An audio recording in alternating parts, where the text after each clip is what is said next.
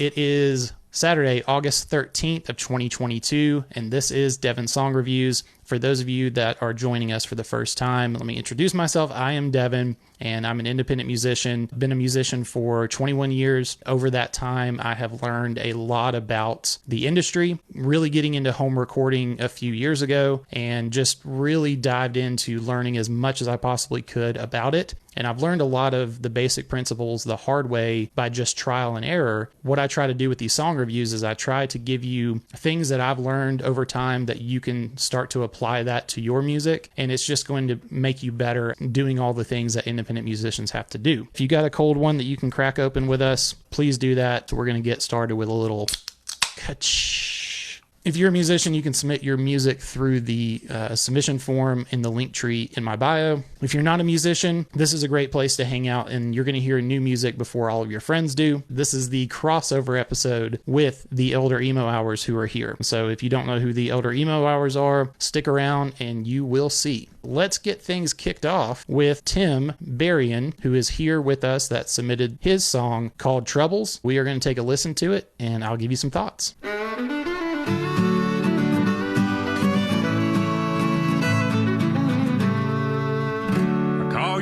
And say let's go out tonight. It's been a while since we had something like this. Say let's try another time. The boss has got you working long, all right. Another night alone, that's fine. Oh, my friends have got the troubles. They've got troubles, could it be? But the more I hear about trouble, the more I struggle to believe. Yes, my friends have got the troubles, and I've just begun to see all their troubles might be trouble troubling me. I've got a six-pack and some barbecue. They say I wish I could be there. This is pretty smooth so far. The kids need help with school. My friends got troubles everywhere. Oh, my friends have got the troubles. They've got troubles, could it be? But the more it's kind of interesting to hear something like this without any percussion. Yes, my friends this really has that feeling of like, I don't know, just walking down the street and hearing a live band coming through.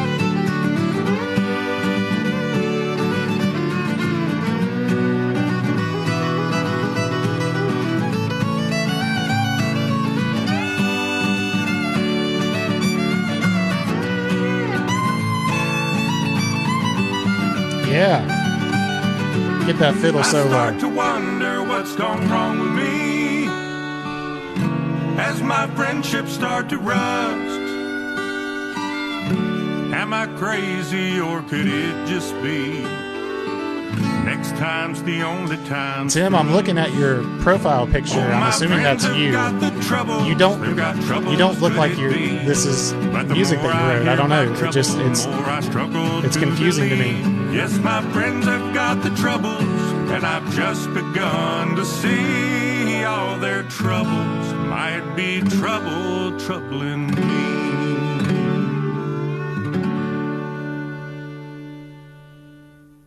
All right, that was awesome. That is Tim Berrian with Troubles, and he's over there on SoundCloud right now because he's too stubborn to sign up for something like DistroKid and start getting his music out for the world to hear. Wow, that was really cool. I did not expect that. It's labeled as country. That's more of like, to me, I guess, the bluegrass style of country, like that side of it. Very cool fiddle work and great use of harmonies in the vocals. And I see that you said that you hired a bunch of session musicians for this, but that you were the one that wrote the lyrics and the music and everything. The lyrics felt really, really good too. I like the use of alliteration and the different couplets that you use, things like that. So you did a great job with the songwriting. I guess when I saw country, I think of overproduced country music. That is the popular norm now. So it's very refreshing to hear something a little bit different and a little bit more down home. Definitely had a great feel to it. All of it was really good. I like the lyrics. I like the instrumentation. The mix sounded really good too. I think the main vocal may have been a little too far out in the front when the harmonies came in, it was a good bit of vocals being thrown my way. It wasn't really a big deal. That's just really the only thing as far as the mix goes that I could hear could use a little bit of change up. Awesome song. Really glad we got a chance to hear that. Tim Berrian with a song called Troubles. So if you like that song, go check out Tim Writes Music, who is here in the chat. Give him a follow. Joe, Joe Boccia? I'm not exactly sure how to pronounce your name, Joe. Joe Boccia said, you have a great voice, Tim. Oscar said, love it. Joe also said, I love this vibe. Sinclair was asking, do you do any more genres or if it's specifically country? And Tim said he is multi-genre. Joe also said, beautiful playing. So Joe, I like when you comment all that much. Scott Shaw Music said, nice to hear a decent fiddler go. That's really high praise from that guy. Sinclair says, definitely want to hear more of your work. Well done. Oscar said, bravo. Tacky said, great song. Let's move on to the next one up is going to be Day Aches is the name of the band. And the song is called New June. Let's check it out.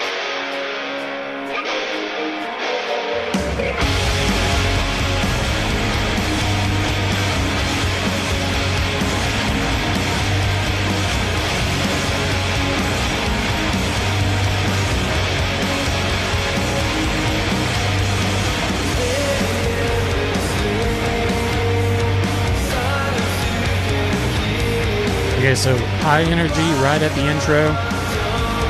I'm hearing some mixing issues kind of right off the bat.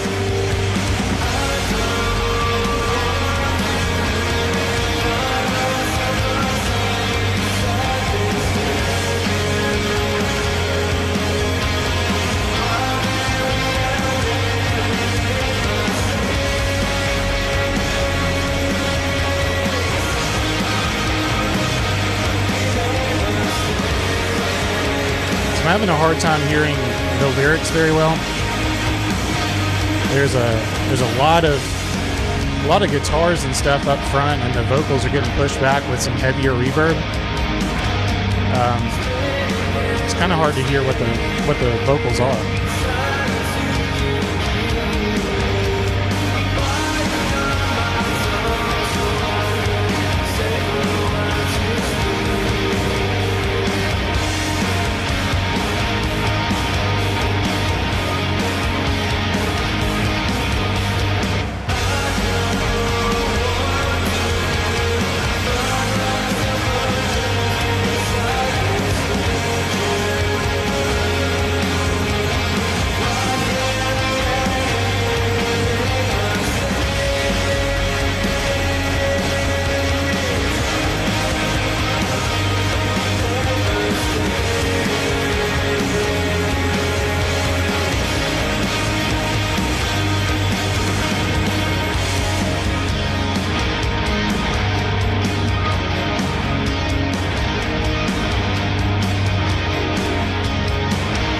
So I think there's a certain guitar that has been brought too far to the front, and I think that's what's throwing off the mix.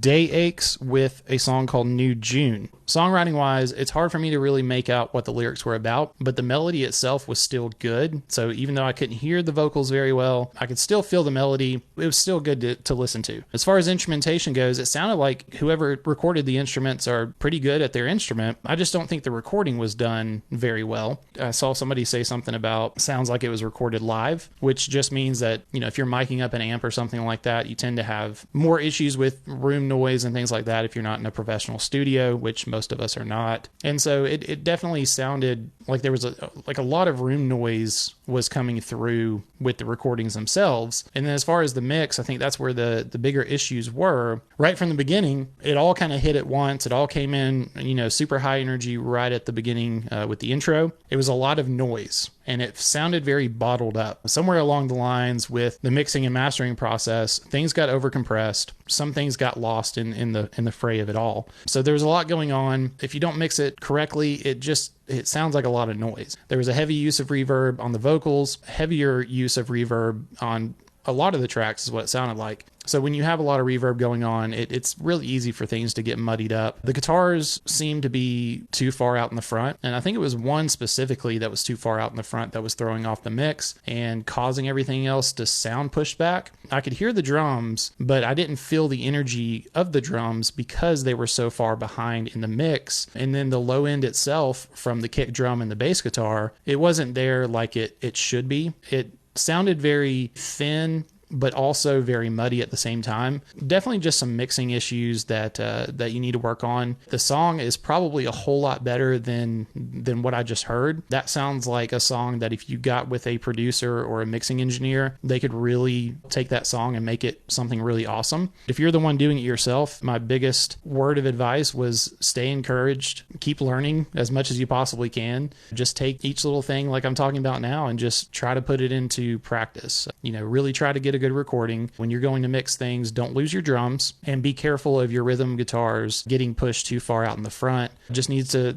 be polished up mix wise. So I hope that helps you in some way. Luke said, very grungy, dig the vibe, wish the vocals were more up front. Absolutely agree with everything there. Sinclair said, something isn't quite lining up, a lot of low end in my ears, but I like the style. The tracks themselves were actually lacking some of the low end, but I think that reverb was carrying a lot of low end. So I think it was actually lacking some low end, but I think the low end that we were hearing just wasn't very clean low end. Oscar says, it almost sounds like it was recorded live, definitely grungy. Yep, I covered that. Joe said, showgaze meets grunge. Shoegaze, yeah, I got you. Lloyd Moon, guitar player, was the mixer. If something's sticking out in the mix, it's usually the person who plays that instrument is wanting so badly to hear themselves. And this is a problem for independent musicians that do the recording and producing themselves. It's hard to convince yourself to turn yourself down. Music is an emotional thing. Every step of the process can be emotional. Growing as a producer and engineer is letting go of the emotions and just listening to everything as a whole.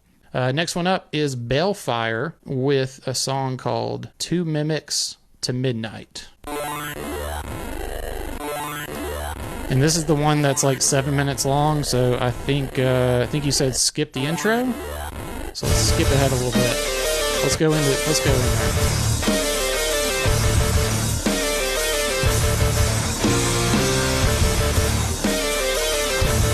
Okay, Nintendo goes punk. Or punk goes Nintendo.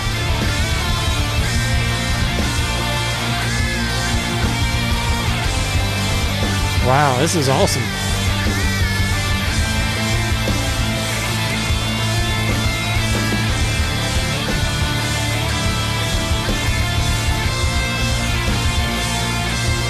So it's just an instrumental, I believe.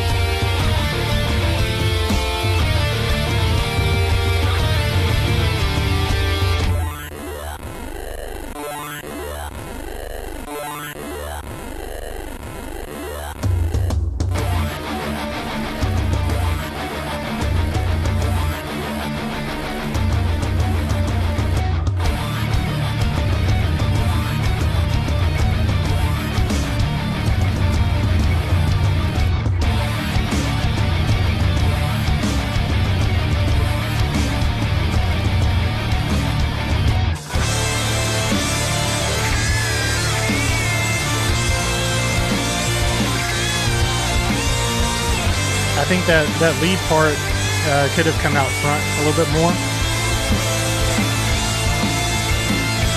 There's a lot of stuff going on, so it's probably hard to find some place in the mix for everything.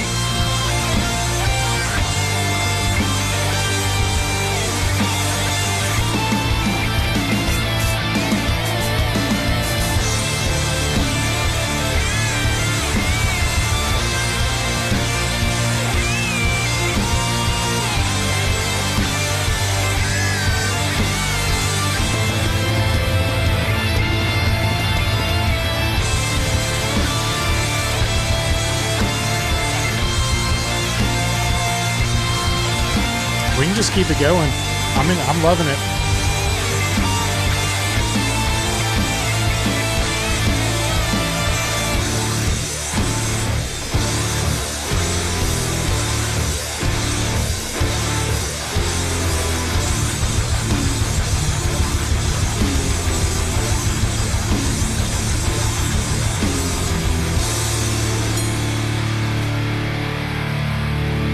Okay, I'm going to go ahead and stop it there. That is Balefire with 2 Mimics to Midnight. Wow. Very, very interesting, very unique. I don't think I've heard a song like this in a long time, but back in the days of the scene when I was coming up, there was a band. They were notorious for being so unique. It had a similar sound to this. We called them Nintendo Core. And so I think that really fits the genre of what I just heard. I'm going to call it Nintendo Core. You can use that. It's yours to use. The way that everything was produced there is really, really interesting to me because it wasn't a bunch of repeating parts like you get in a normal song. Each part was different from the one before it. Didn't listen to the whole 7-minute song, but if that's the case throughout a 7-minute song and those parts don't necessarily repeat, that takes a lot of work to do something like that. Your guitar playing is absolutely fantastic, but I think everything sounded really good. The biggest problem mix-wise, there was a lot of stuff going on. It's really hard to focus on anything. There was times where there was so much going on that it did get a little muddy. It did get a little loud. And you know, when I heard that lead guitar part, I would have liked that to be a little bit louder than it was. But I think it wasn't because of all the other instrumentation that was going on in that moment. And so it did get a little jumbled up. I would have liked to take some of that out or turn some of it down, use automation to bring down some of the parts that are not as important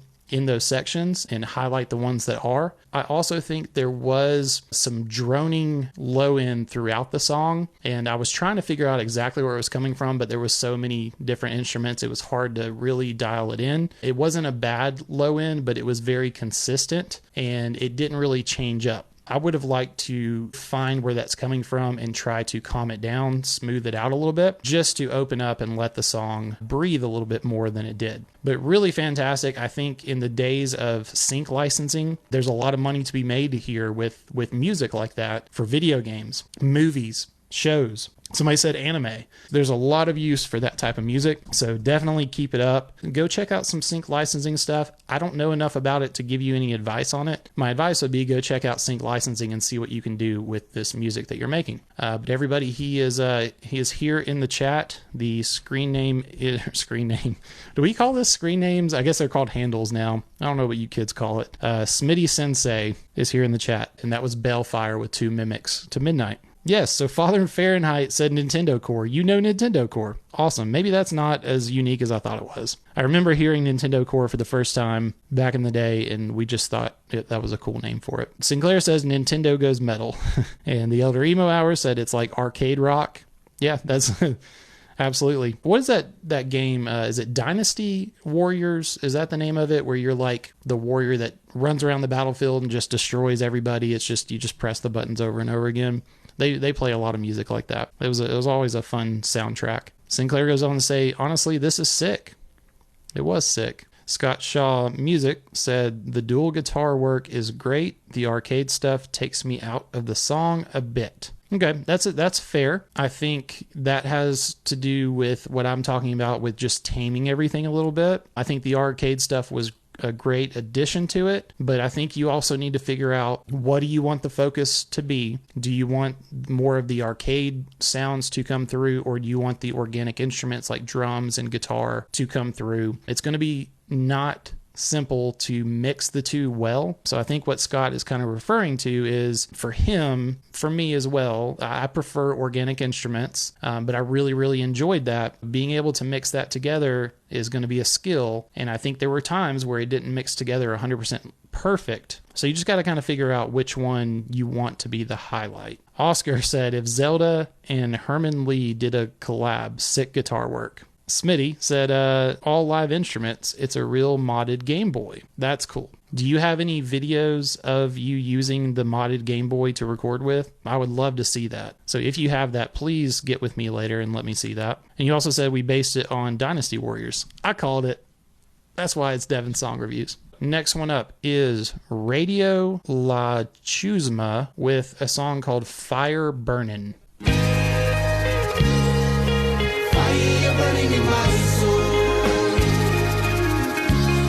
Boy, we jump from genre to genre, don't we? Keep the fire burning, burn deep in my soul. Keep the fire burning, burn deep in my soul, deep in my soul. Keep the fire burning, burn deep in my soul, my soul. Keep the fire burning, burn deep in my soul. Say, everybody wants to find some light. Everyone wants someone. Well, I know you're looking like I love vibe songs like this. we all got to fire to ignite. And why can't you try to It makes me so happy. like why your fire said we spread the love light and sing in the Hallelujah. Keep the fire burning, burn deep in my soul. Keep the fire burning, burn deep in my soul, deep in my soul. Keep the fire burning, burn deep in my soul, my soul, my soul. Keep the fire burning, burn deep in my soul. See, the center of our hearts, the center of our universe, yeah. The reason our blood is red, reason we give thanks to the Creator for our life and for our day. We are keepers of the sacred fire. Listen to how poppy that snare is. Such a cool feel for this style of music. If you don't want to get burned, no. All you like, you feel like a rat. You trapped on the line, you know you can do better, but you got to focus your mind. Don't go wasting your time, missing your heart, not your mind. Everybody got a little light, so leave it alone. Leave with love and you let it shine. Leave with love and you let it shine. Come on. Yep, let's get it.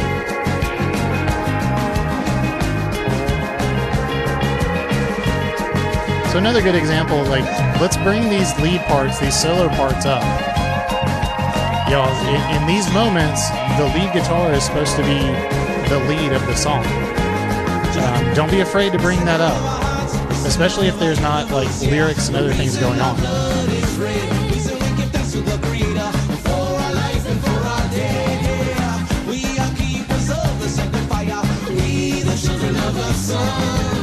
Well, you know you hold it like a baby. So if you don't want to get burned, all your life you feel like a rat. You chat on the line, you know you can do better, but you got to focus your mind. Don't go wasting your time, missing your heart, not your mind. Everybody got a little light. Leave it love,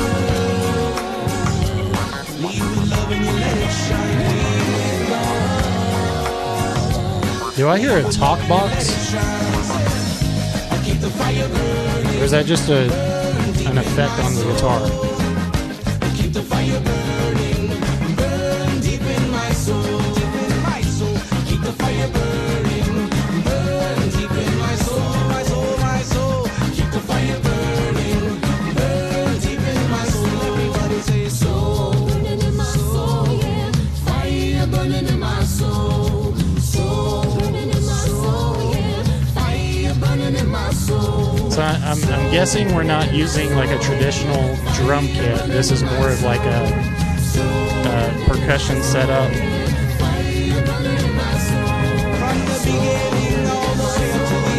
So in this case, we're missing some of that low end that the kick drum would bring in to kind of complement what the bass line is doing. So you just need to find some low end in the rest of the percussion.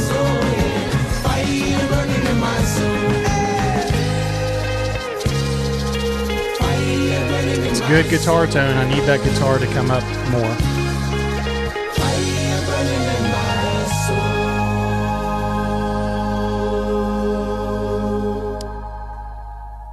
Fire Burnin' by Radio La Chusma. Wow, what a song. I think everybody was vibing to that. If you're not, you are dead inside. Super fun song. Love the vibe of it. Love reggae music. A lot of energy. A lot of cool stuff going on. I heard a talk box in there. I saw that you said it was a talk box. I haven't heard a talk box since I started doing these song reviews, so that was cool to hear something different thrown in there. I think it got lost a little bit. Like, I had to listen really intently to hear it. I'm not sure that it served much of a purpose other than being kind of cool. The song was well written, felt really good, lyrics felt really good. The instruments sounded really, really good. That would be so much fun to play and jam with, I think. Coming in with that guitar lead, I think it was great tone and really well done. Just needed to come up more and be the focus in the moments that it was there. Don't be afraid to do that. Different styles of music and different genres are going to be a little bit different when it comes to that. But if you have a guitar solo, don't be afraid to bring it up, and it really should sit on top of the rest of the instruments. Percussion wise, it was really cool, different sound than the traditional drum kit sound. And so I think we lost some of the low end from what we would have from a kick. So the bass line was awesome, but that was the majority of the low end. If you're going to take a percussion kit, utilize the low end from the rest of the percussion kit. Just bring it up a little bit more than you normally would to make up for the fact that there is no kick to sort of complement the bass guitar. Overall, really fantastic. Loved listening to that. It is a vibe that I was enjoying. Oscar, you said, I'm the percussionist in the band. And Sinclair said, Oscar, that was awesome work, brother. And then a couple of hand claps. Joe said, reggae, southern rock, Peter Frampton. Father Fahrenheit says he is going to be listening. He's going to be checking out some more stuff. Oscar, he said, I said it right. Radio La Chusma? Is that what you're talking about? I'm always second guessing. I hate getting people's names wrong. I hate it when it happens to me. I try not to do it to anybody else. Joe, what is happening? You're saying the guitar was totally... Okay. The guitar was totally Allman Brothers. It just took you about four tries to get the autocorrect to stop. Okay. Yeah. So again, that was Radio La Chusma with Fire Burnin, and he is here in the chat. Oscar, Oskar, Galileo. Next song up is Joe Boccia Jr. with Ocean of Doubt.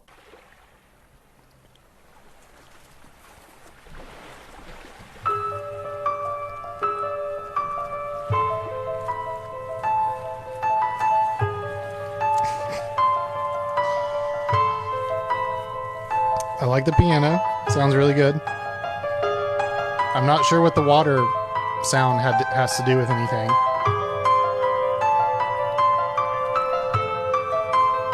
Some pretty heavy reverb on the piano here.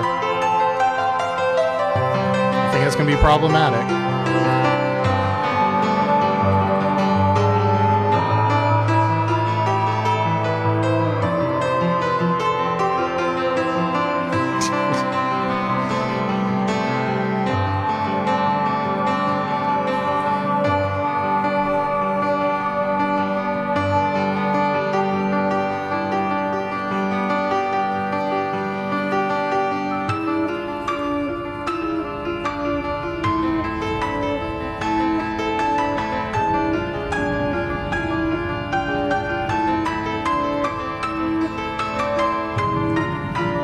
So I'm hearing some weird compression. I don't know if that was done on purpose or not, but you can hear sort of a pumping going on.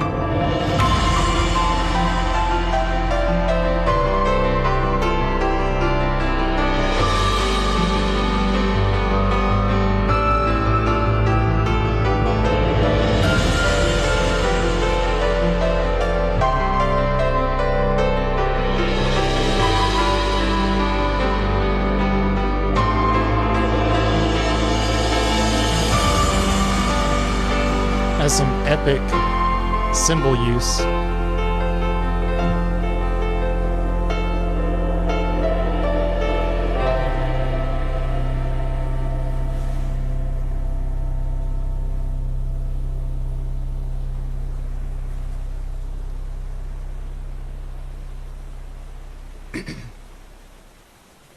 That was a very interesting song. Very nice instrumental. I see now the reason you have the water sound is it's an ocean of doubt. So my bad on that. I didn't catch that. I didn't put two and two together like I should have. But that being said, I still don't know how transition wise that really worked together. I'm not really sure how to make that work necessarily. Maybe trying to take like the swell of the ocean sound and sort of kind of mix that into those cymbal swells that we heard would have been pretty cool, I guess, just to kind of like bring it in with that piano.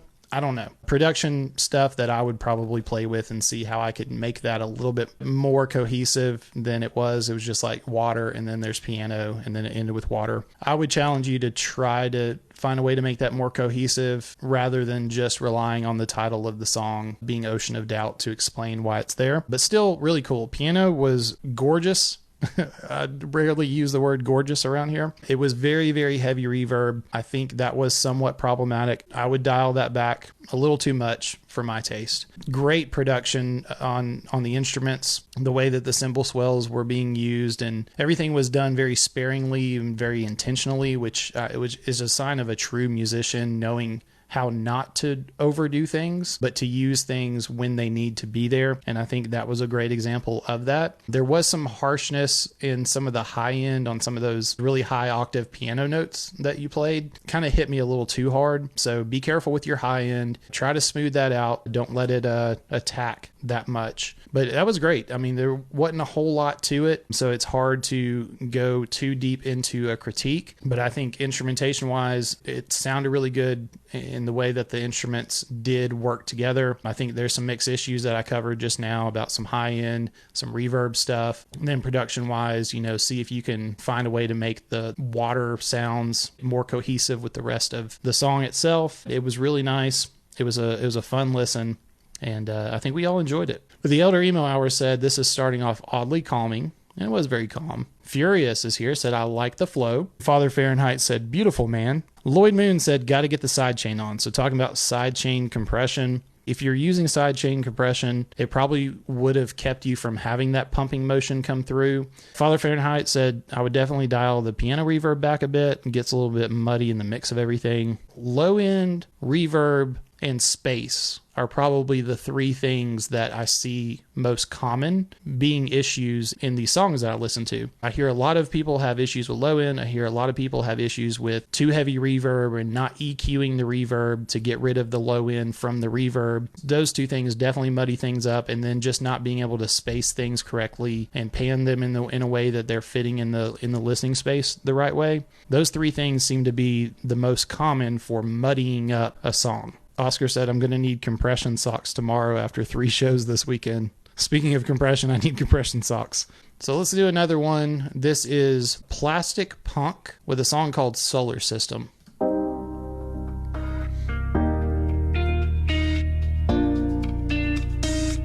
Really cool intro. Heard it all before, you were never one to listen, too stubborn to admit it, took the highway out, I'm leaving now. Learned it on my own. Oh yeah, super clean vocals, wow. Beginning of time. But at first it was like I was getting caught in your solar system until I got swept by your landslide. Let's go.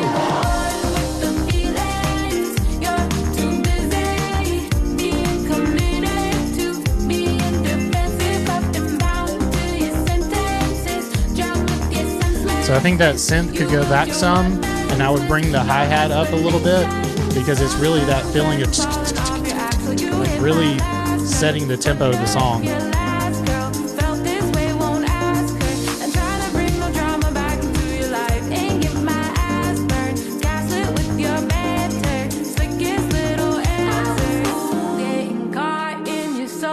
Mix sounds pretty clean though.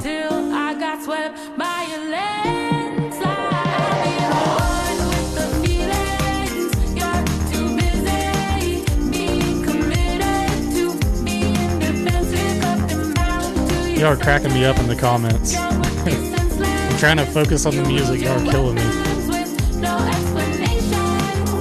Wishing wells over the wishing well, all dried up and still. Nobody ever taught him better. Hope can't hope if the mold ain't sick. I'll be that one with the cars, no play. I reached that limit, you got that straight. Sound the alarm, open that gate. Don't press restart, I hit that brake. Does that make sense what I was talking about with the hi-hats? Like, it's really carrying the tempo, so I think it should have come up more just so I can feel the tempo. Because otherwise it's very 4 on the floor.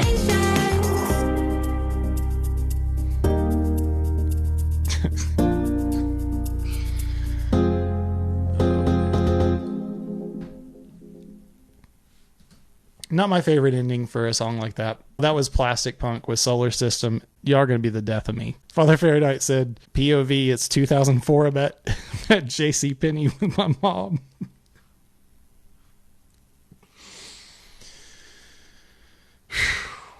That was a really good song. I know we're having fun.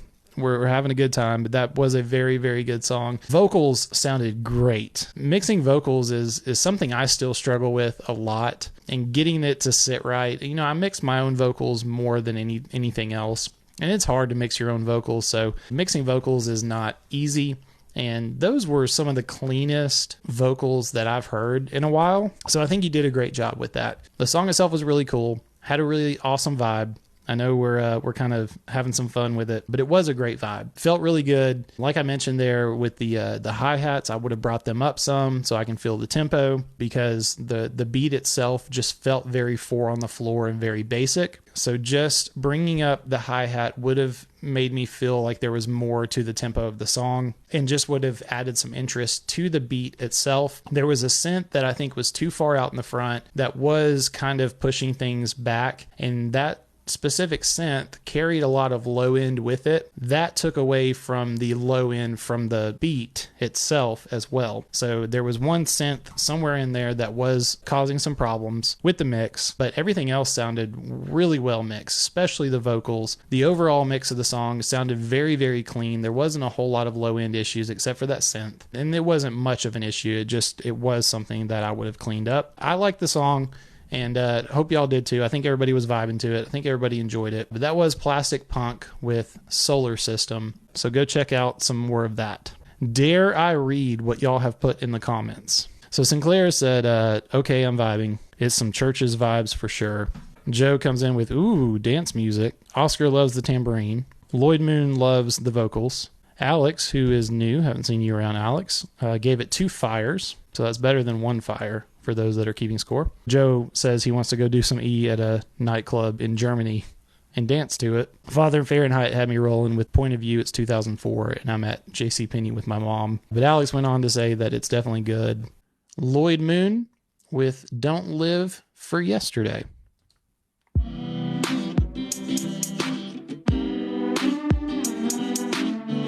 I wake up every day, I make my own mistakes. It's like my mama says, son, don't live for yesterday. Listen to what I say, I make my own mistakes. I got myself to blame for chasing after wealth and fame.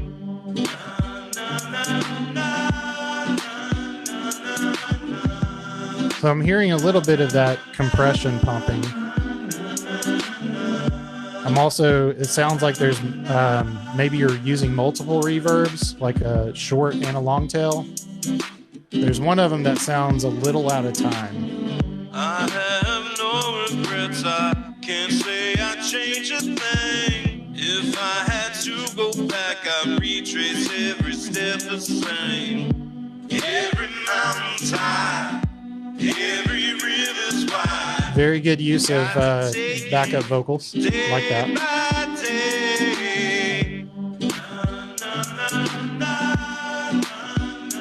Definitely would have added some more vocals to that, make that like a gang vocal right here.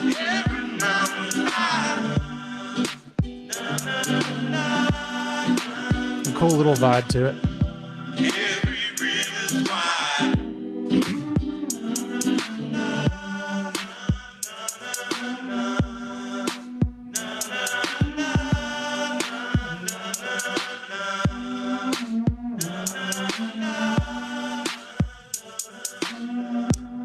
Would have been cool to drop out the music right there and just let it be like gang vocals. All right, so that was Lloyd Moon with Don't Live for Yesterday.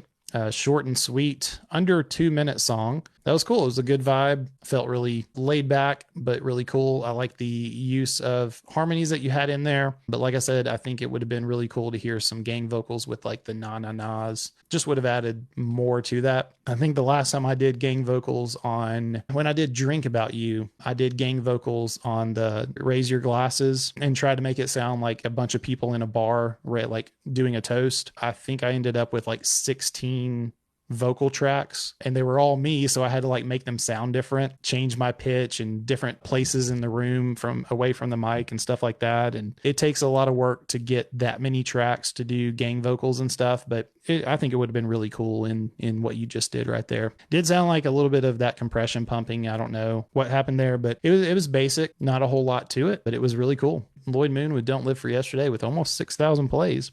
That's really cool. Sinclair said, "Oh, gang vocals would be sick on that, where all the instruments drop and they just go on to end." Yeah, I think that would have been cool there at the end. I would look at developing that song into something, because you have a lot of room to work with being under 2 minutes long. I think you could add some sections to that and throw in some dynamic sections and sort of keep that thing going. So I don't think it's necessarily done. You could definitely go back and do some more stuff. That's definitely what I do a lot. And probably the next song that I do is going to be a re-record.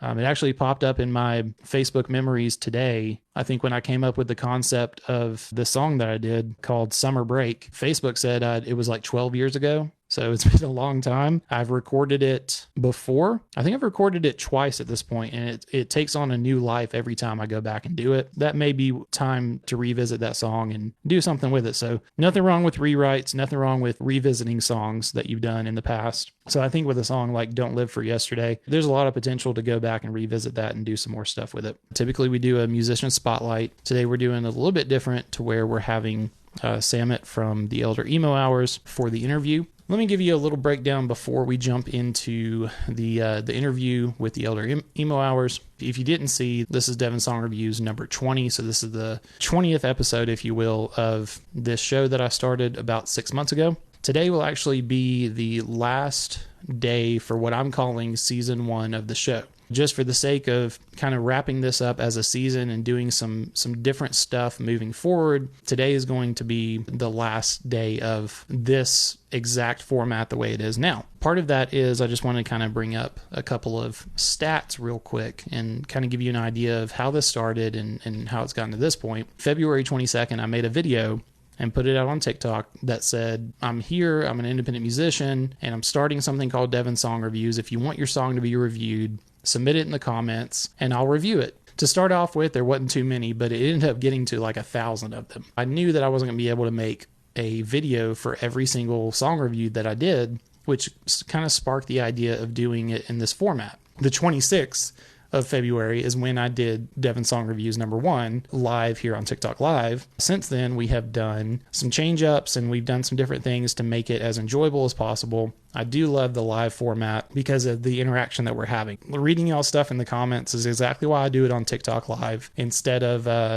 somewhere else where you guys are not hanging out with me. But anyway, so 6 months has gone by. We continue to bring on a lot of really cool musicians to do some interviews and try to give some advice on how the rest of us independent musicians can learn from what they've done. And so throughout the 6 months of doing this, there's some people I want to sort of thank, and we're just doing a little bit of recap here. Sinclair, obviously, my moderator, who's been here almost every week. Really awesome dude, and I couldn't do this without Sinclair. It's always a blast when he is here and sort of helping me with chat. So actually flew out to Denver and I got to hang out with him for a couple of days, which was really cool to meet somebody in person after just doing interactions here on TikTok. And I think that is a common theme for what social media has opened up for musicians and content creators and all kinds of things. The world is a lot smaller and you're able to make these connections, and it's even better when you can go make those personal connections. Elder Emo Hours, who are coming on here in just a minute, I'll get to that. Since the show originated, here's some of the artists that have been on the show that I want to, just give a thank you to. Michael Witt, New Haven, Phil Rhoda, Shuttlecraft, NKWM, Andy Negative, Mason Crow, Costin, Julian Gamez, House Parties,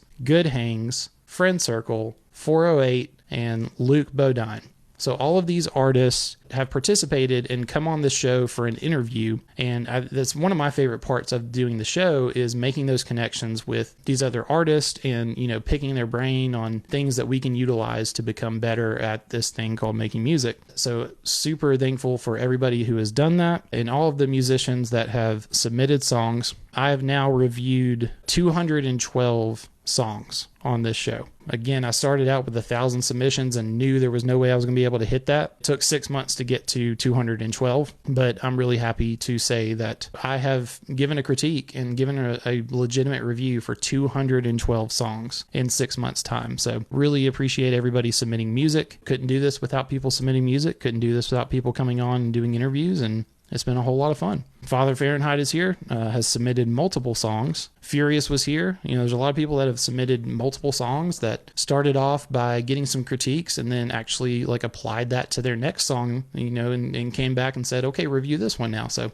it's been really cool. But on to the Elder Emo Hours. So the Elder Emo Hours started around the same time that I did. Kind of what they do compared to what I do is mine is a little bit more technical on the music, and what they do is a little bit more just behind the scenes, getting to know the musicians and bands. We're both kind of in this idea together of community being the new industry when it comes to music. And so we share a lot of the same common goals and values in what we're doing with our platforms, even though we do things a little bit different. Without further ado, Samit, if you will hit that guest request, let's get you on here and let's get going.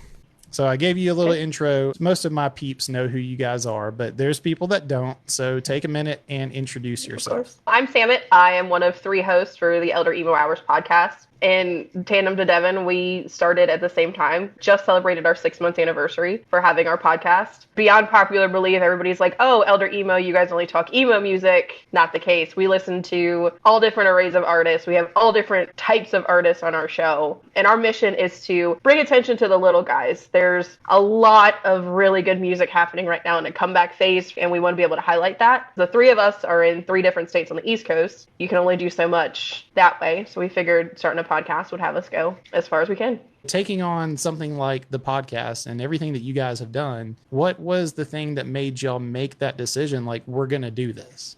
The podcast is myself, Brittany, and Autumn. 15 years ago, Brittany and I were actually in a pop punk band. When the band side of things didn't work out, she and I had started a promotion company to help promote local bands. We were venue promoters, booking agents, tour manager, all of the different things you can imagine on the backside for smaller artists. We both kind of grew up, went our separate ways, and still had a love for that type of stuff. But between college and life, and she got married and have kids, I moved states away, it just kind of fell apart. End of last year, I discovered Arrows in Action, who is a band that's on TikTok right now that is making huge waves. Seeing them from where they were before Uncomfortably Numb came out, which is just something that skyrocketed them to where they are now, I wanted everybody to see them, to hear them, to support them as much as I could. That moment rekindled a lot of that old nostalgia for me and how much fun that was. I was going to work and coming home, and I needed something to occupy my time, and I've always wanted to do a podcast. So I reached out to Brittany, and I was like, hey, I know you're a mom,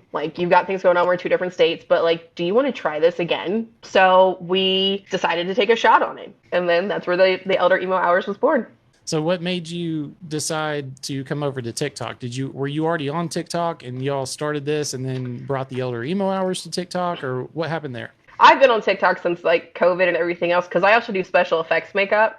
So on my personal page, I was throwing a lot of the special effects makeup stuff that I was doing. Just seeing the traction and things people are getting and what a lot of people wanted, we decided that, hey, we're going to start with TikTok and Instagram, see what happens, test the waters. And within the first 2 weeks of us being on TikTok, we broke 1,000 followers to have our first ever emo night live on TikTok. And it was a surreal experience for us. The TikTok gods were putting us somewhere because it worked. I've listened to a lot of the podcasts. I haven't listened to every one, but I know you guys pretty well, so it's weird asking some of these questions. But what interview that you've done were you the most nervous about? There's a sense of nervousness in every interview that we do, just because we're fans of a lot of the artists we bring on. There's 3 interviews where I was uncomfortably nervous. And it was our first ever interview that we did, which was with the guys from Felicity. So nervous, I thought I was going to throw up. The home team, because I'm a huge fan of the home team. So when they actually agreed to come on the show and we're actually coming on the show, I freaked out. And then we just recently, last week, sat down with the guys from Until I Wake, who are getting ready to come out with their debut album on Fearless Records. And I've been following them for a very long time. So I was over the moon and afraid I was going to make an ass of myself. And luckily did not.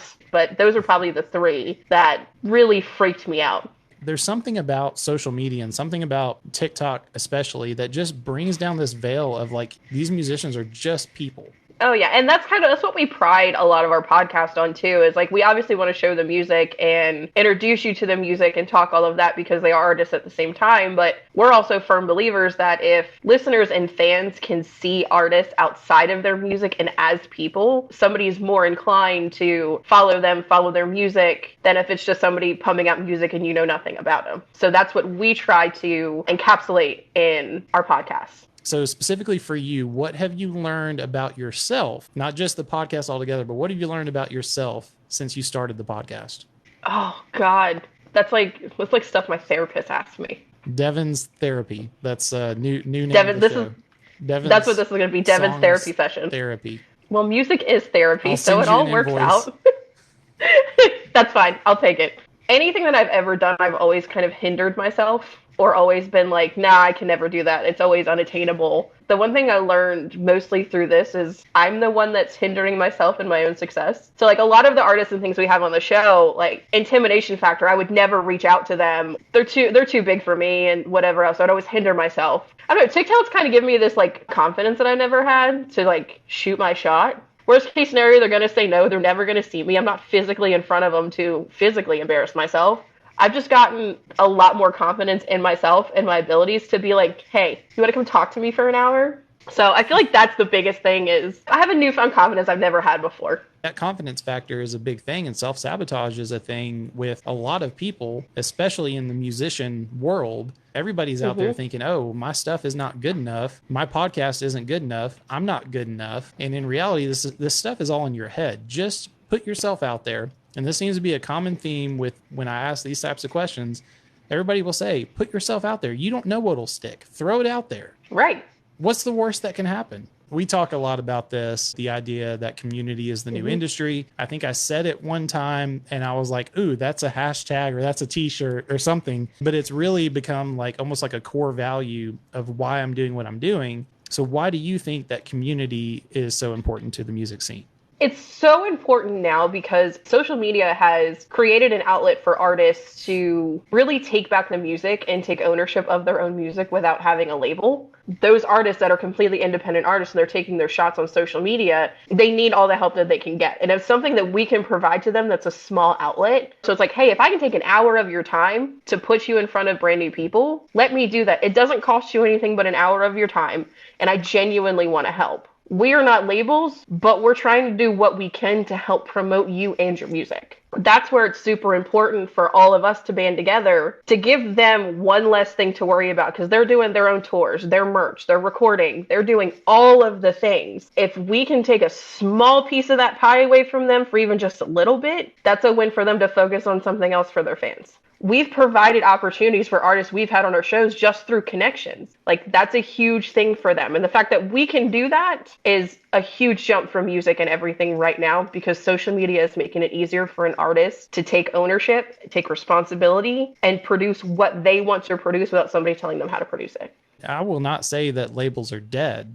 And I have this argument with people in my comment sections all the time. I don't think labels are dead. I just think you don't need them like you used to. People like us, we're willing to be the middleman to help them take that first step, and then hopefully they take the next. We have followers for our podcast that follow just our podcast that probably have never heard of 90% of the artists that we've had. Or same thing for you. When you do a live song review, I've popped into your lives. I mean, I'm in every single one of them, let's be real. But there's been artists that I've never even heard of until coming in here to be like, hey, I want them on my show, or vice versa. There's been so many conversations after interviews where I'm like, do you know Devin?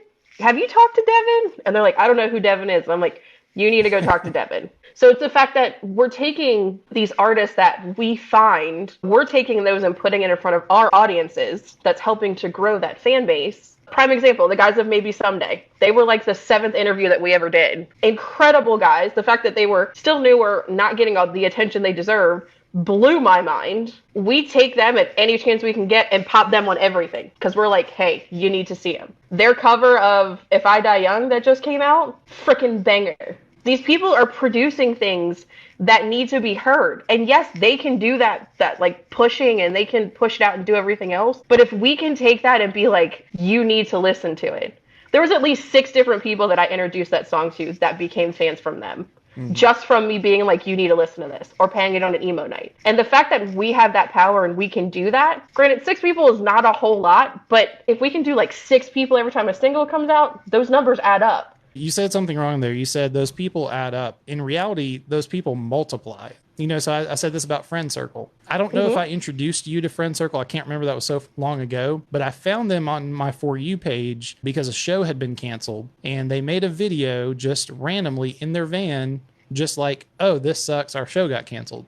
And I saw it and I was like, I'm going to go check them out because I want to support people who are having a tough time. And I was like, oh, dang, these people are awesome. Fast forward, and now I've tried to show them to everybody I possibly can. They've been on the show. They've been on your show. I'm not trying to pat myself on the back, but I'm one person. But that one listener, that one new fan multiplied to I don't know how many more. You can't treat it like you're just adding fans. Those fans multiply. They interact with you on every level. I think we've kind of fed off of each other with the different questions that we come up with. But one of the ones I like to ask that is the hardest one for them is always, if you were going to go on tour with one band, what would that band be? And it's like the hardest question I've ever thrown out there. I'm going to switch that around to you. And I'm going to say, out of all the interviews that you've done, what's the one that you can say has been your favorite?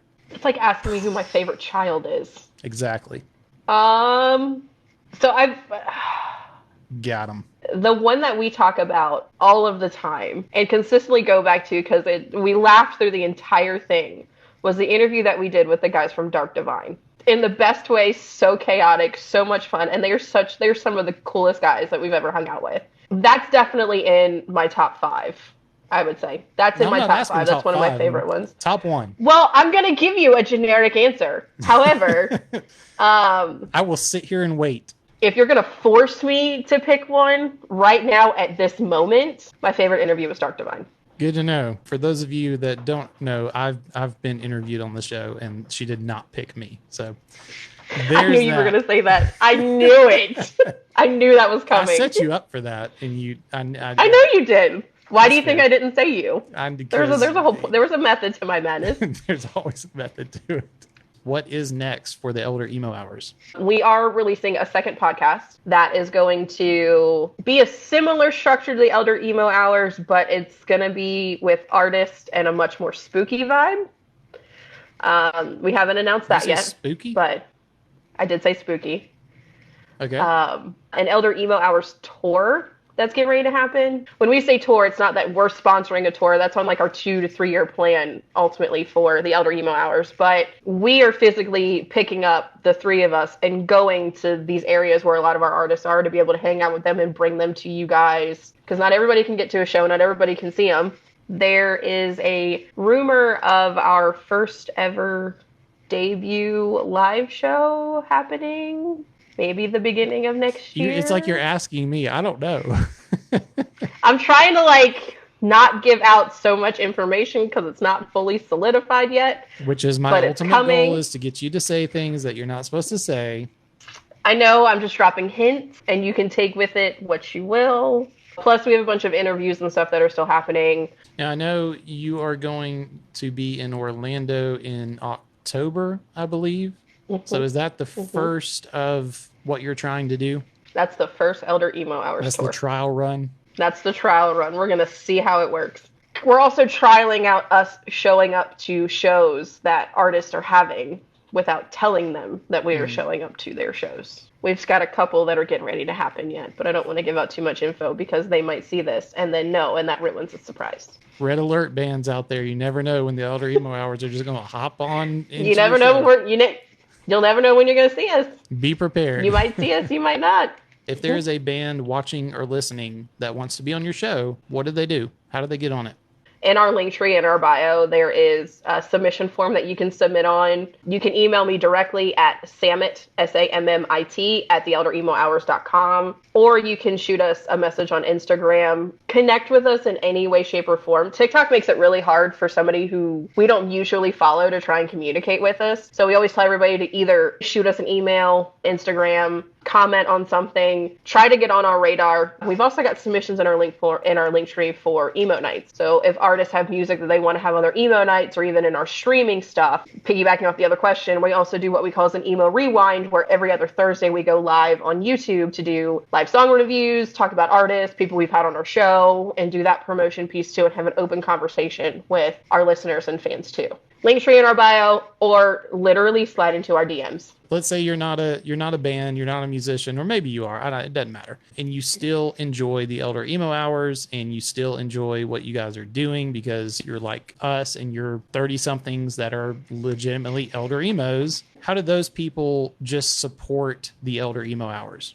Find us on TikTok, follow us on TikTok, on Instagram, follow us on all the social media platforms, share us with your friends, listen to our bands, and if you've ever discovered one of the bands we've had on our show, if you discover them for the first time there and then go listen to them, slide into their DMs and let them know the Elder Emo Hour sent you. That's happened a couple of times, and it's been kind of cool just to see like the reach and stuff that we're having. We have a Patreon that we started as well, but that's not very active because we're still trying, like, in the up and running side of that. If we're looking financial support, we're not asking for it. We're not in this for the money or anything, but that question's been asked a lot of how they can financially support what we do. And we also have a donation link in our Linktree if you guys ever want to donate to any of the Elder Emo Hours tours. But again, this is not, we don't do this for money. We don't do this for anything. We do this because we genuinely enjoy it and we want to make a difference. So when us saying like, hey, these are financial ways to do that, it's not saying, hey, you have to pay us money to do whatever. Like, no, that's just, there are options there if you want to. We're not expecting it. We don't ask for it. The biggest thing we want is for people to follow us, to grow our following for our artists, to let our artists know that you discovered them through us, just commenting on something, sharing our videos, anything like that. That's more than we could ever ask for. There's a lot of stuff that you and I both do that, you know, if we had some financial backing, it just means that we can take this to the next level and we can make more of an impact on the music scene. And that's what it's about. Mm-hmm. It's not us making money. This is a passion hobby that can make an impact on the music scene as a whole. I've got one more question for you, and I wanted to do this in true the Elder Emo Hours fashion. For those listening that have not ever caught one of your podcasts, there's some weird questions that come up, and it's become sort of a staple of what you guys do. And it's, you know, that's what's fun about it. I had to think of one for you that maybe you've never heard of. I wanted to take on the Elder Emo Hours persona for a second and hit you with this so you can see what it's like. So here's my question. So you always say that, if you were given a box of everything you've ever lost, what would be the first thing that you would look for in that box? Ooh, I don't know if my sanity counts. No.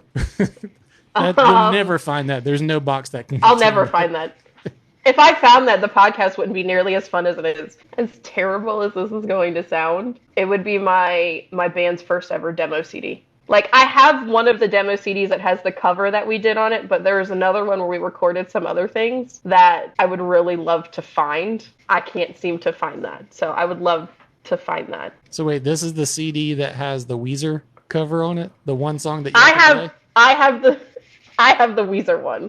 Okay, but there so are you actually other have that in your possession? I do. Okay, I'm going to need that. No. Yes. There's been many of bands that were like, you blind react ours. We, like, at this point, there'd just be like 50 blind react videos to our demo of Beverly Hills. That's a great example of like how music is so important and how finite it really is. Because the first thing I thought of when I heard that question, I was, 16, 17 years old. I took my Jeep to a car wash. Remember the CD visors that were supposed to hold 10, but they held 50? But I put that CD visor on the top of my Jeep while I was like vacuuming out, and I drove off without it. And I got home and I realized every bit of music that I had to my name was in that CD visor. Music is one of those things that's so important to our lives that literally out of every material item you've ever lost, the first thing you would think of is, where is that CD? Music is the anti-drug. Like, I thoroughly believe that, because music has helped me so much over the years. And it's one of those things that even, like, back in the day when I was in a band with Brittany and we were making the music and doing all of that, like, music was super important. But after that chapter finished, music was still super important. It's never changed for any of us. It's just now we look at it differently and we appreciate it more because like your band demo, my band demo unlocks those core memories we forgot we had. They remind us of simpler times. Can we also note in your chat right now that Sinclair I see it. popped up about one of the iconic questions that we always ask in our interview. So my question is whether or not Sinclair is asking both of us this. He wants me to ask you, because I don't think Ask we've ever heard me. your answer. If you Depends on what phase of life I'm in. if you had MySpace today, what song would be on your profile? Probably Distance by Boys of Fall. Nice. No, Montana, I do see you down there, and I do love you and adore you, but it's definitely going to be Boys of Fall. You know what? Distance by you Boys know of what? Fall. She also just threw me one because my newest release is called Distance, and I was like, oh, no. Oh, did I psych you out? Yeah, you psyched me out. That is my new goal in life, is for somebody to answer that question with part-time poet. Like, that is my goal in life, is to get one of these bands that come on your show and you ask that question and they say part-time poet. That's all I want in life now. It's not unattainable. If y'all want me to quit music, that's how you get it done, because that's all I need. I need somebody to say that. Montana, next interview. The EP that I've released from 2006, it's on Spotify, it's on all the things. It is what it is. It's part of my music journey, so it's out there for the world to have. The first song on that EP was a song called Take My Hand, Fallen Angel. It's okay. Songwriting has developed over the years. It was a long time ago. I remember going into a Taco Bell with some friends, and this guy came up to me and he said, "Hey man, I know you don't know me, but your song, Take My Hand, Fallen Angel, is like mine and my girlfriend's song." And he had it as his MySpace song. That's the kind of thing that fuels musicians. Y'all just don't even know. If you would give up your MySpace profile song for a band, like how big that is. It's incredible. But like on that same token, with you being the musician and having that piece of it, but also being this creator and such a valid and important piece of the community and everything right now, we get some of the similar things, not like as musicians because we're not musicians anymore. People come up to us just about our podcast and they're like freaking out about trying to approach us or like super excited, but we're just a podcast. We're not that hard to talk to or approach. And it's like, it's the best compliment and it's the most surreal feeling, but it's also a validating thing at the same time. Because then it shows what you're doing is making an impact. This also circles back into conversations a lot of artists have. Don't worry about the numbers. You can sit there and dwell on numbers. It's going to kill you and it's going to frustrate you. But those moments are worth more than what your follower count is. The TikTok algorithm is not here for your followers. It is designed to get you to show up to people who don't know you. 5 or 10% of your followers, your videos will be pushed out to them. It won't be the same 5 to 10%, but that is the only reason follower count really even makes a difference, is that small percentage of them pushing it out to them. But this whole algorithm on TikTok is designed to get you in front of new people. But it's at the same time, everybody's experiencing the same growing pains. I'll end it on this because I know we're trying to wrap it up. And it's something that stuck with me through one of my interviews. For any artist out there, or even for any creators or anything like that, you were not meant to be small. You were meant to do great things, to do big things. And the only person that's going to stop you from doing that is not the numbers, is yourself. Don't dwell on things that you cannot change, because when you start doing things for other people, you lose the value and everything of what you're doing. So just remember, you were not meant to be small, and you are only going to be as small as you let yourself. I give everybody a chance to do like a closing statement. I feel like that was it. That was mine. That was it. You were not meant to be small. You were meant to do great things. Do not tell yourself the opposite. I think this crossover episode was bound to happen eventually. And I couldn't think of a better way to wrap up the first season of Devin Song Reviews than to have a crossover episode with the Elder Emo Hours. All right, we'll get out of here. I will catch you. Thank you for having me. I guess. Thanks for being here and all that Yeah. stuff. Okay. It's been great. Have fun. I'll talk to you later. Okay, bye.